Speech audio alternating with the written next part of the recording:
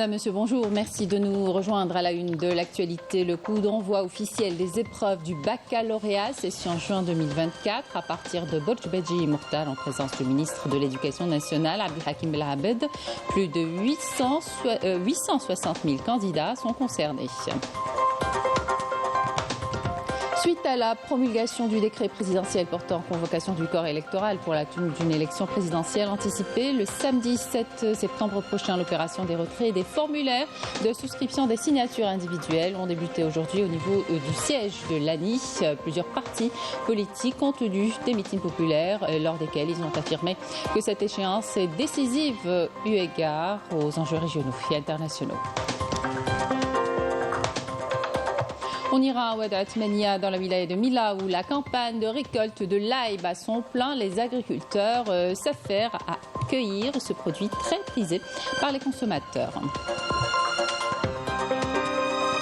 À l'étranger, l'entité sioniste continue son agression contre l'enclave palestinienne en bombardant ce matin le camp d'El Bureij au lendemain d'une attaque meurtrière au camp de Nusayrat ayant fait plusieurs morts et blessés. Une attaque fermement condamnée par l'Union européenne. Une fois de plus, le Maroc est au cœur d'un nouveau scandale avéré d'ingérence dans le déroulement des élections législatives européennes prévues ce dimanche. Ce scandale concerne le mouvement réformateur, un parti de droite belge qui joue en faveur du Marsen. Bienvenue à tous. Le ministre de l'Éducation nationale, Abdelhakim Belabed, a donné ce matin, depuis la wilaya de Borj Beji Mourtal, le coup d'envoi officiel des épreuves du baccalauréat, session en juin 2024. La wilaya qui compte 651 candidats, dont 388 candidats libres répartis à travers 3 centres d'examen. Donc, il procédera ce matin à l'ouverture des plis de l'épreuve de l'après-midi depuis la wilaya de Naama. Et lors d'un entretien télévisé sur la chaîne nationale hier, le ministre de l'Éducation nationale, Abdelhakim Belabed, a assuré que le secteur de l'éducation est stable grâce aux efforts consentis. Parmi les nouveautés de cette année, une 4e correction des copies des candidats. Et sachez que le commandement de la gendarmerie nationale a adopté à l'occasion du déroulement des épreuves du baccalauréat une série de mesures au niveau national visant à sécuriser les périmètres des établissements scolaires et ce à travers l'intensification des patrouilles de contrôle et la facilitation de la circulation sur les axes menant au centre d'examen. Ce dispositif repose également sur la sécurisation des centres d'examen et leur périmètre, l'accompagnement et la protection de l'opération de distribution des sujets des épreuves, outre la protection des sujets transportés par voie aérienne au profit des centres situés dans les régions sahariennes et la sécurisation du transport des copies des réponses à partir des centres d'examen vers les centres de correction. Début donc des épreuves des examens du baccalauréat à Béchar où 6500 candidats sont concernés. Ils sont répartis sur 26 centres d'examen, nous dit Sophia Bessadet dans ce reportage. L'examen du baccalauréat a commencé ce matin le 9 juin 2024 pour les 6564 candidats à travers les 26 centres d'examen de la wilaya de Béchar. Les lycéens vont plancher sur les premières épreuves qui varient en fonction de la filière choisie. Ils auront besoin de mobiliser toutes leurs connaissances et compétences pour décrocher le précieux sésame qui leur ouvrira les portes universitaires. On a bien révisé et bien préparé pour cet examen. Inch'Allah, nous allons tous réussir. Le premier jour, nous sommes un peu stressés, mais ça passera au fur et à mesure. Dieu merci, ma mère m'a soutenue moralement et financièrement. Elle ne m'a même pas laissé faire le ménage. Malgré le stress et la pression inhérente à cet examen tant redouté, les candidats pourront compter sur le soutien de leurs enseignants, amis et familles pour les accompagner dans cette étape cruciale de leur vie scolaire. Les enseignants étaient à la hauteur à l'intérieur comme à l'extérieur de l'établissement. Le soutien des membres de la famille, son père, sa grand-mère, ses sœurs, tout le monde la soutient. En tant qu'enseignants, nous avons joué notre rôle dans l'acquisition des connaissances et la finalisation des programmes. On a aussi apporté un soutien moral. Des mesures braconnières ont été instaurées pour lutter contre la triche et garantir la crédibilité et la régularité à cet examen. Une politique corrective qui s'appuie sur la conjugaison des efforts en allant du ministère de l'Éducation nationale jusqu'à celui de la justice, passant par les institutions sécuritaires dont la gendarmerie et la sûreté nationale. Une quelconque tentative de triche sera dénoncée et la justice se chargera de poursuivre les fraudeurs.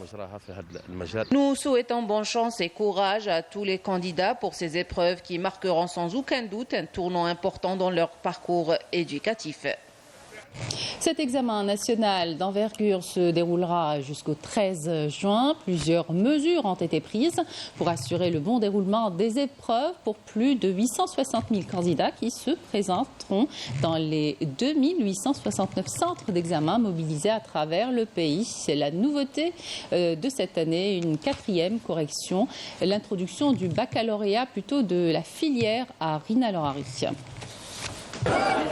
Ils sont plus de 860 000 candidats, dont près de 37% libres à passer les épreuves du baccalauréat 2024. Un examen décisif pour lequel 2869 centres d'examen au niveau national ont été mobilisés. Les candidats aux besoins spécifiques, au nombre de 971, bénéficieront quant à eux de conditions adaptées, avec notamment des sujets en braille pour les déficients visuels et des aménagements spécifiques pour les élèves en situation de handicap moteur. À noter que la session 2024 est marquée par l'organisation du premier baccalauréat de la filière art qui concerne 146 candidats répartis sur 4 spécialités, musique, cinéma audiovisuel, théâtre et arts plastiques. Pour assurer le bon déroulement des épreuves, un dispositif de suivi rigoureux a été instauré. Le ministre de l'Éducation nationale, Abdelhakim Belabed, a de son côté rassuré les candidats en affirmant que les sujets seront adaptés aux élèves ayant suivi régulièrement les cours. Il a également souligné l'importance d'arriver en avance au centre d'examen qui ouvriront leurs portes 1h30 avant le début des épreuves. Pour lutter contre la fraude aux examens nationaux, les pouvoirs publics ont adopté une politique pénale stricte en coordination avec des secteurs de l'éducation et de la justice et des corps concernés.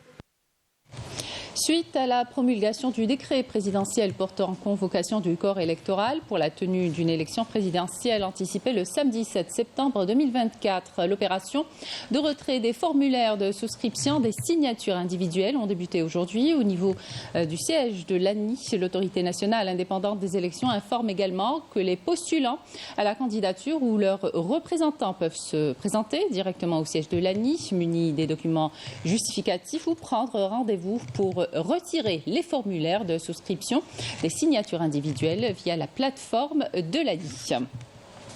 Plusieurs partis politiques ont tenu des meetings populaires lors desquels ils ont appelé les Algériens à adhérer à l'action politique et assurer la réussite du processus électoral eu égard aux enjeux régionaux et internationaux. Raouf Hamouch. Le secrétaire général du Front de Libération Nationale, Abdelkerim Ben Barak, a affirmé depuis la wilaya de Béchar la mobilisation de sa formation politique pour contribuer au succès de l'élection présidentielle du 7 septembre prochain, dans l'unique but de permettre au peuple algérien de choisir ceux qui le gouvernent et aussi pour la poursuite des efforts de développement économique et social du pays. Depuis Alger, le président du mouvement de la Société pour la paix, Abdelali Hassani Shrif, a présidé une rencontre avec les membres des instances électorales de Wilaya pour discuter des préparatifs de l'élection présidentielle du 7 septembre.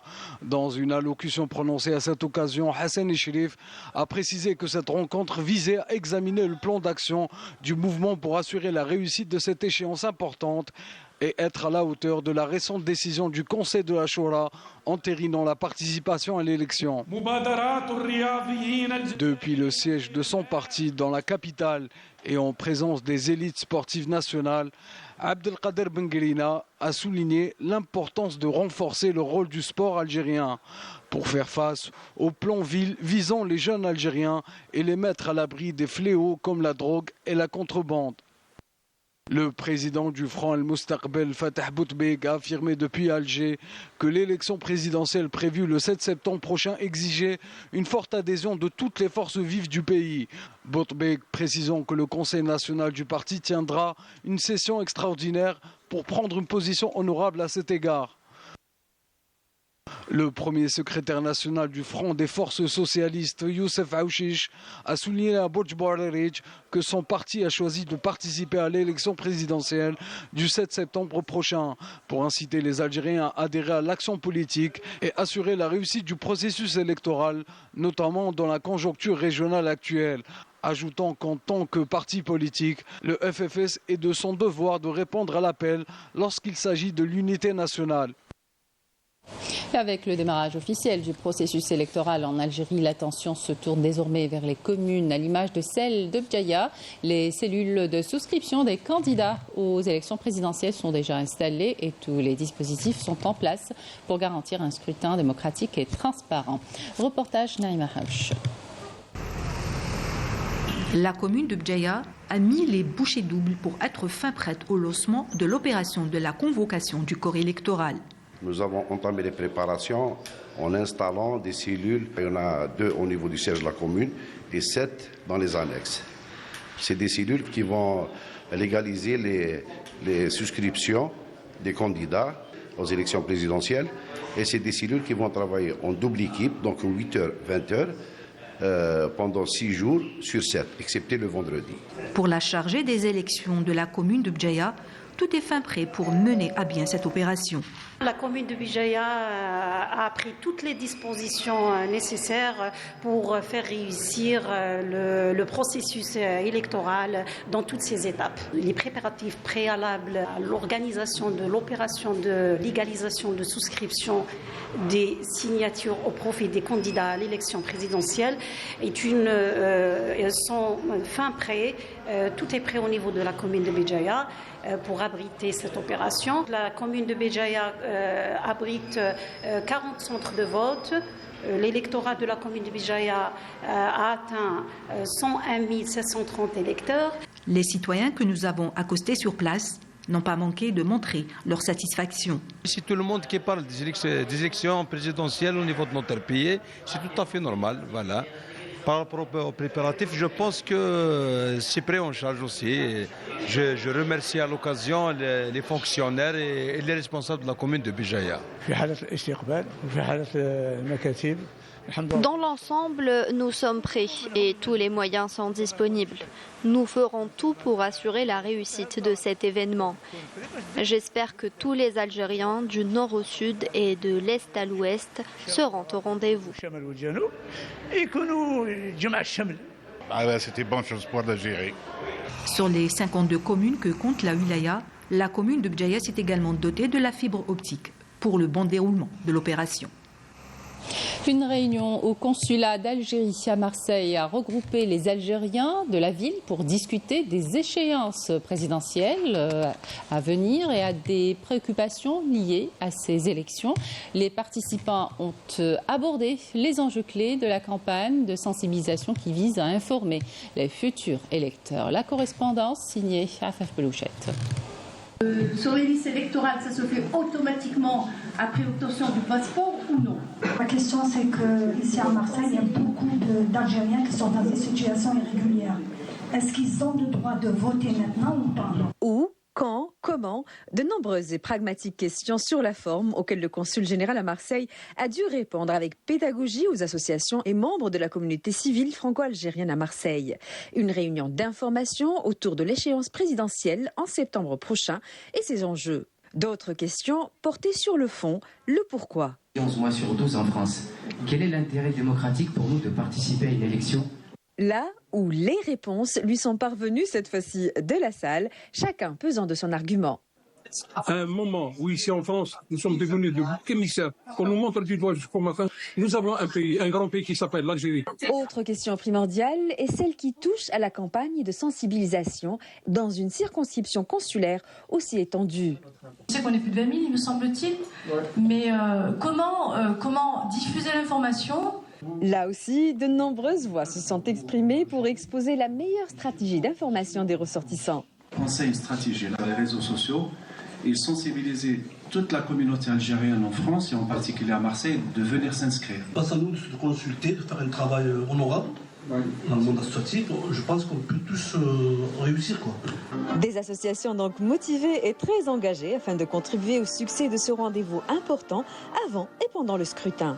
De tous les bénévoles qui sont dans mon association, nous sommes à peu près une trentaine de bénévoles. Donc on peut tenir des bureaux de vote, on peut tenir des annexes, on peut aller même à domicile taper pour les personnes âgées, on a les voitures bien sûr. En attendant, il faut d'abord passer par la case inscription sur les listes électorales. Nous invitons tous les Algériens à venir au consulat d'Algérie pour s'inscrire et voter, afin de devenir des membres actifs de la communauté algérienne et contribuer à l'édification de l'Algérie. Donc c'est très simple les amis, vous avez jusqu'au 26 juin pour vous inscrire sur les listes. Pouvoir voter, il faut avoir minimum 18 ans, avoir le passeport algérien, enfin la carte d'identité algérienne. Et à partir du 2 septembre jusqu'au 7 septembre, vous contribuez à faire votre devoir de citoyen algérien, c'est-à-dire voter. Tout autre sujet à présent, la récolte d'ail attendue au terme de l'actuelle saison agricole dans la wilaya de Mila dépassera les 1,60 million de quintaux actuellement. Les cultivateurs de la région de Oued Atmania souhaitent développer davantage la production et exporter l'excédent avec le soutien des pouvoirs publics. Reportage Mrim Damis. Nous sommes à Oued Atmania dans la wilaya de Mila où la campagne de récolte de l'ail bat son plein. Sur ces champs de 60 hectares, les agriculteurs s'affairent à accueillir ce produit très prisé par les consommateurs. Ils se disent satisfaits de la production de cette année qui est importante. La filière ail dans la wilaya de Mila occupe une place très importante, même à l'échelle nationale. Dans la superficie totale est de 3025 hectares pour une superficie totale, pour une production totale attendue de 1 600 000 quintaux. La totalité de la superficie est concentrée au niveau du sud de la wilaya, précisément à la daïra de Tlarma, la zone sud. Nous produisons chaque année entre 50 et 60 quintaux. Après la cueillette, nous laissons l'ail sécher à l'air libre. Ensuite, nous entamons l'opération de stockage conformément au programme de stockage Sirpalak. Actuellement, nous disposons de 12 chambres froides, chacune d'une capacité de 800 quintaux et nous comptons augmenter notre capacité de stockage prochainement. La phase de séchage est essentielle pour assurer une bonne conservation de l'ail. Les responsables de l'exploitation veillent à maintenir des conditions optimales de température pour garantir que chaque bulbe conserve sa qualité et ses propriétés une fois mise sur le marché. Cette production est orientée en quasi-totalité au marché de gros et une partie gardée comme semence pour la campagne prochaine, environ 6 000 quintaux. Et une autre partie pour l'adhésion au programme de stockage dans le cadre du Sirpalak. L'année dernière et cette année, nous avons enregistré une production record. Nous souhaitons que les pouvoirs publics nous aident à ouvrir les voies de l'exportation. La culture de l'ail à Mila illustre parfaitement le potentiel de la région et sa capacité à répondre aux besoins croissants du marché national en ce produit de large consommation. À l'étranger, l'armée sioniste a bombardé ce matin la bande de Raza. Des témoins ont signalé des tirs d'hélicoptères à l'est du camp d'El Bourreij, tuant 5 Palestiniens et des tirs d'artillerie à Deir el-Balah. Des tirs ont également été signalés à Rafah, dans le sud, au lendemain d'une attaque meurtrière ayant fait plusieurs morts et blessés dans le camp de réfugiés de Nusayrat. L'Union européenne a fermement condamné le massacre commis par l'armée d'occupation sioniste au camp de Nusayrat, dans le centre de la bande de Raza, qui a fait au moins 218 martyrs palestiniens. Au Liban, 4 personnes sont tombées en martyrs et 5 autres ont été blessées hier lors de frappes aériennes sionistes sur des villages du sud du Liban après qu'un avion de guerre sioniste ait pris pour cible une maison dans le village de Houla et un marché commercial dans le village d'Aïtaroun. L'ingérence marocaine dûment prouvée dans le déroulement des législatives européennes. Ce scandale concerne le mouvement réformateur, un parti de droite belge qui joue en faveur du Marzen. Une nouvelle affaire qui mêle Nasser Bourita et Yassine Mansouri, chef de la diplomatie et des services secrets marocains. Majda Jahmoun.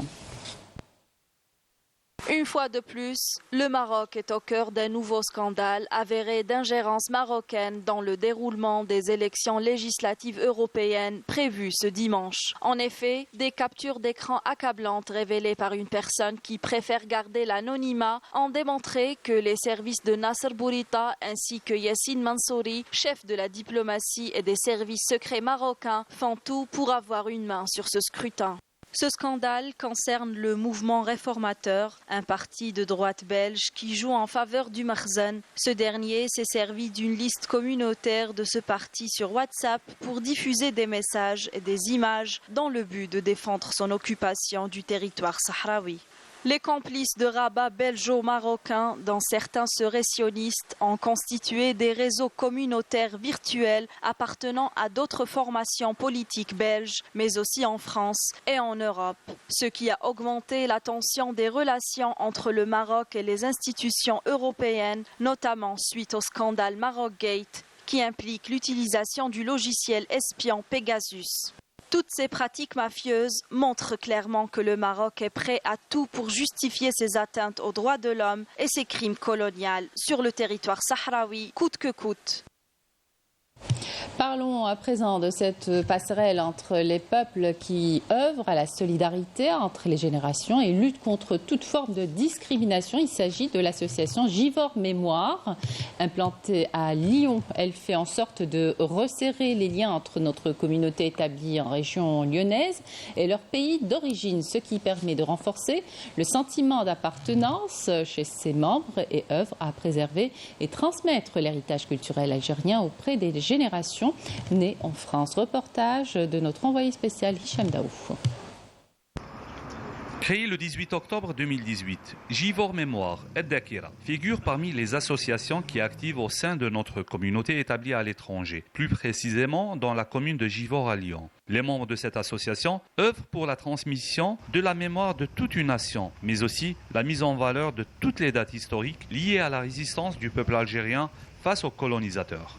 Notre association a une appellation Givors Mémoire et Dakira, donc on s'occupe de tout ce qui est mémoire et tout ça. La célébration des dates historiques liées au sacrifice du peuple algérien fait partie des actions menées sur le terrain par les membres de l'association Givors Mémoire. En avant 2 stèles à Givors, donc on essaye de... on fait les commémorations avec les autorités en place, c'est-à-dire le maire de Givors. Donc on essaye de transmettre justement ce souvenir aux jeunes générations. Cette année, nous avons commémoré cette cérémonie officiellement avec toutes les autorités françaises, consulaires. Comme on l'a déjà fait autrefois, pour le 17 octobre, c'était la première en France. Et maintenant, aujourd'hui, nous avons cette commémoration du 8 mai 1945, la première en France aussi. Tous les moyens sont utiles pour consolider les liens entre les Algériens de Givors et leur pays. Et quoi de mieux que de voyager et vivre le sentiment d'appartenance sur la terre des ancêtres. Nombreux jeunes ne connaissent pas le pays. Là. Ils partent en France, ici, sur la Côte d'Azur, ou partir. Mais leur pays, c'est pour eux, c'est une découverte. Donc notre rôle, c'est de les amener justement au pays, et puis qu'ils retrouvent, c'est leur source, le pays de leurs ancêtres. Donc avec ça, on arrive à les intéresser. Bien que vivant à l'étranger, notre communauté riche de plus de 7 millions d'Algériens garde un lien fort avec l'Algérie. Et le rôle des différentes associations est de consolider ce lien d'appartenance. Et voilà qui termine cette édition. Merci de votre attention. Tout de suite, les prévisions météo avec Emel Laribi. Excellente suite des programmes sur Canal Algérie.